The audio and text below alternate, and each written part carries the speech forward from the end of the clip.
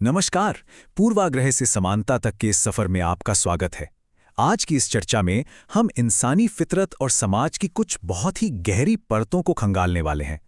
हम अक्सर सोचते हैं ना कि हमारी जो स्वाभाविक भिन्नताएं हैं, यानी हमारा जो अलग अलग होना है, वो हमारी ताकत होनी चाहिए। लेकिन कई बार सिर्फ अज्ञानता की वजह से यही भिन्नताएं दूरियों का कारण बन जाती हैं। तो आइए देखते हैं कि कैसे कोई समाज इन दूरियों और भेदभाव को पीछे छोड़कर समानता की ओर कदम बढ़ाता है। 1600 से भी अधिक। जरा इस नंबर पर गौर कीजिए। ये कोई आम संख्या नहीं है, ये भारत की अतुलनीय विविधता यानी हमारी डाइवर्सिटी को दिखाती है। आपको जानकर शायद हैरानी हो कि यहाँ 1600 से भी ज्यादा अलग अलग भाषाएं और मातृभाषाएं बोली जाती हैं। और तो और दुनिया के सभी 8 प्रमुख धर्मों को मानने वाले लोग यहाँ एक साथ रहते हैं। सच में ऐसी कमाल की विविधता पूरी दुनिया में और कहीं देखने को नहीं मिलती।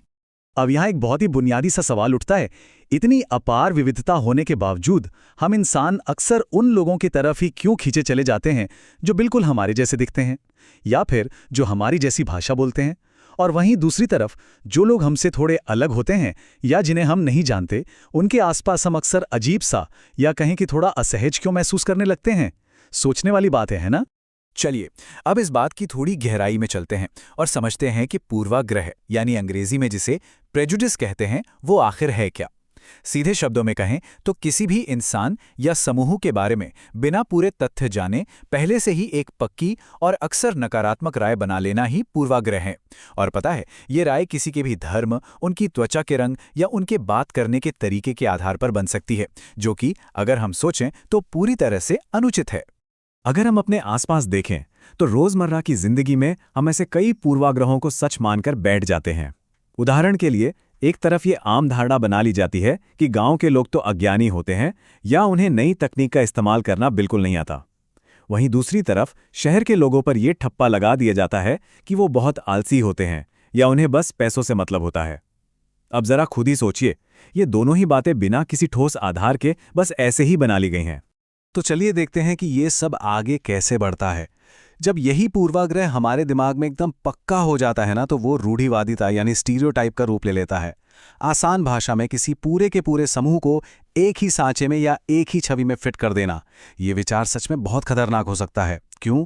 क्योंकि ये अलग अलग क्षमताओं वाले अनोखे इंसानों को बहुत ही कठोर दायरों में कैद कर देता है और उनकी अपनी जो व्यक्तिगत खूबी है उसे पूरी तरह से नज़रअंदाज कर देता है।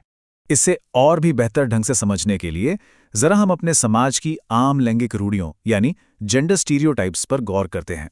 हमने अक्सर सुना है ना, लड़के बहुत बहादुर होते हैं, वो कभी रोते नहीं, या लड़कियों को हमेशा कोमल और बहुत मीठा बोलने वाला होना चाहिए, केवल लड़के ही हवाई जहाज उड़ा सकते हैं, या फिर घर का काम तो सिर्फ लड़कियों का ही जिम्मा है। बचपन से ही हमारे समाज में ऐसी बातें इतनी गहराई तक बैठा दी जाती हैं कि आगे चलकर ही हमारी सोच और पूरे के पूरे विकास को ही सीमित कर देती हैं। जब हमारे विचार कर्म में बदलने लगते हैं, भेदभाव की वास्तविकता, तो यहाँ समझने वाली सबसे जरूरी बात यह है कि भेदभाव केवल मन में पनपने वाली कोई बुरी भावना नहीं है, बल्कि ये एक बहुत ही सक्रिय कदम है।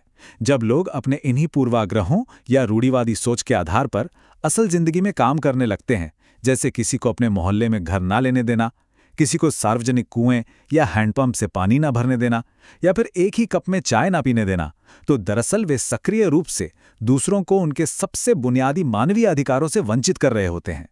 इस भेदभाव का एक और बहुत ही आम रूप हमें उन बच्चों के साथ देखने को मिलता है जिनकी आवश्यकताएं विशेष होती हैं।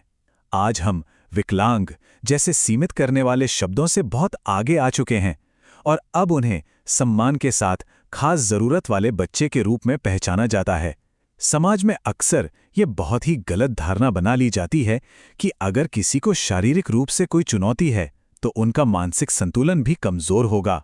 ये अमानवीय रूढ़िवादिता इन बच्चों के आत्मविश्वास को सचमुच बहुत गहरी चोट पहुंचाती है। एक 9 साल के बच्चे का इंतजार, कोरेगांव स्टेशन की कहानी, साल 1901। इन सारी बातों को ज़मीनी हकीकत पर समझने के लिए आइए इतिहास की एक बहुत ही सच्ची और दिल दहला देने वाली घटना पर नजर डालते हैं। ये बात तब की है जब भारतीय संविधान के जनक डॉक्टर भीमराव अंबेडकर महज 9 साल के थे। ये घटना बहुत ही साफ तौर पर दिखाती है कि कैसे समाज में सिर्फ एक पहचान पता चलने से पल भर में सब कुछ बदल सकता है। हुआ यूं कि स्टेशन पर बहुत अच्छे कपड़े पहने कुछ बच्चे खुशी खुशी अपने पिता का इंतजार कर रहे थे। करीब 1 घंटे बाद स्टेशन मास्टर आते हैं, बहुत ही सम्मान के साथ उनसे बात करते हैं, क्योंकि उन्होंने मान लिया था कि ये जरूर किसी उच्च जाति के बच्चे होंगे। लेकिन जैसे ही डॉक्टर अंबेडकर बड़ी मासूमियत से बताते हैं कि वो महार समुदाय से हैं, स्टेशन मास्टर के चेहरे के भाव अचानक पूरी तरह बदल जाते हैं। इसके बाद कोई भी बैलगाड़ी वाला उन्हें ले जाने को तैयार ही नहीं होता। वजह? क्योंकि वे उस समय अछूत माने जाने वाले वर्ग से थे। जरा इस स्थिति के बेतुकेपन को देखिए।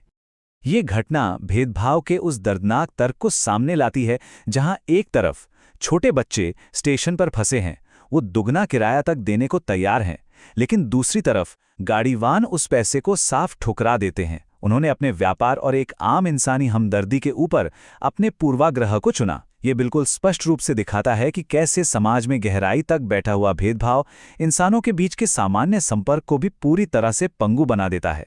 समानता के लिए संघर्ष।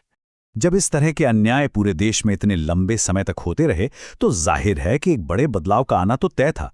ब्रिटिश शासन से आज़ादी की जो लड़ाई चल रही थी ना, उसी के साथ साथ भारत के भीतर एक और बहुत बड़ी लड़ाई लड़ी जा रही थी। समाज के उन सभी समूहों ने जिन्हें हमेशा हाशिए पर रखा गया था, एकजुट होकर इस अमानवीय व्यवस्था के खिलाफ आवाज उठाई। दलितों ने मंदिरों में पूरे सम्मान के साथ प्रवेश पाने के लिए कड़ा संघर्ष किया। महिलाओं ने दृढ़ता से यह मांग की कि जैसे पुरुषों को शिक्षा का अधिकार है, बिल्कुल वैसा ही अधिकार उन्हें भी मिलना चाहिए। और इसी के साथ किसानों और आदिवासियों ने भी जमींदारों और उनके भारी भरकम ब्याज दरों के निर्मम शोषण से खुद को आजाद कराने के लिए एक बहुत लंबी लड़ाई लड़ी। और फिर जब भारत 1947 में आज़ाद हुआ, तो इन सभी लंबे और कठिन संघर्षों का परिणाम एक बहुत ही महत्वपूर्ण दस्तावेज के रूप में हमारे सामने आया, हमारा भारतीय संविधान। इस संविधान का जो महान विजन है, वो समानता को एक मुख्य मूल्य मानता है। यही तो वो मूल्य है जो हम सभी को एक भारतीय के रूप में आपस में जोड़ता है। डॉक्टर अंबेडकर जैसे महान नेताओं ने यह सुनिश्चित किया कि हमारे समाज में जो असमानताएं फैली हुई हैं, उन्हें जड़ से उखाड़ फेंकने के लिए एक बहुत ही मजबूत कानूनी ढांचा तैयार किया जाए। अब आइए देखते हैं कि इस संविधान ने समानता लागू करने के लिए आखिर क्या-क्या ऐतिहासिक कदम उठाए। सबसे पहले छुआछूत जैसी कुप्रथा को पूरी तरह से समाप्त कर दिया गया और इसे कानूनी रूप से एक दंडनीय अपराध बना दिया गया।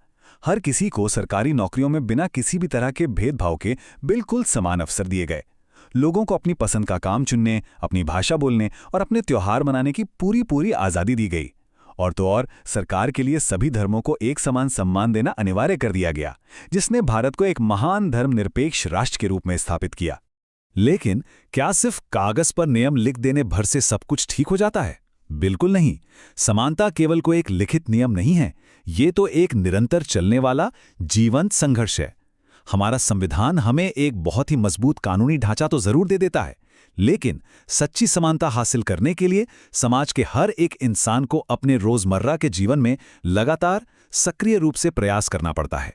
तो इस चर्चा के अंत में एक बहुत ही गहरा और सोचने वाला सवाल हम सबके सामने है।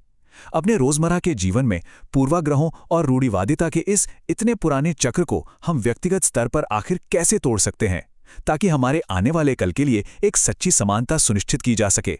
इस सवाल पर गहराई से विचार जरूर कीजिएगा, क्योंकि एक न्यायपूर्ण और समान समाज का निर्माण करना हम सभी की एक साझा और निरंतर जिम्मेदारी है। इस विश्लेषण में हमारे साथ गहराई से जुड़ने के लिए आपका बहुत बहुत धन्यवाद।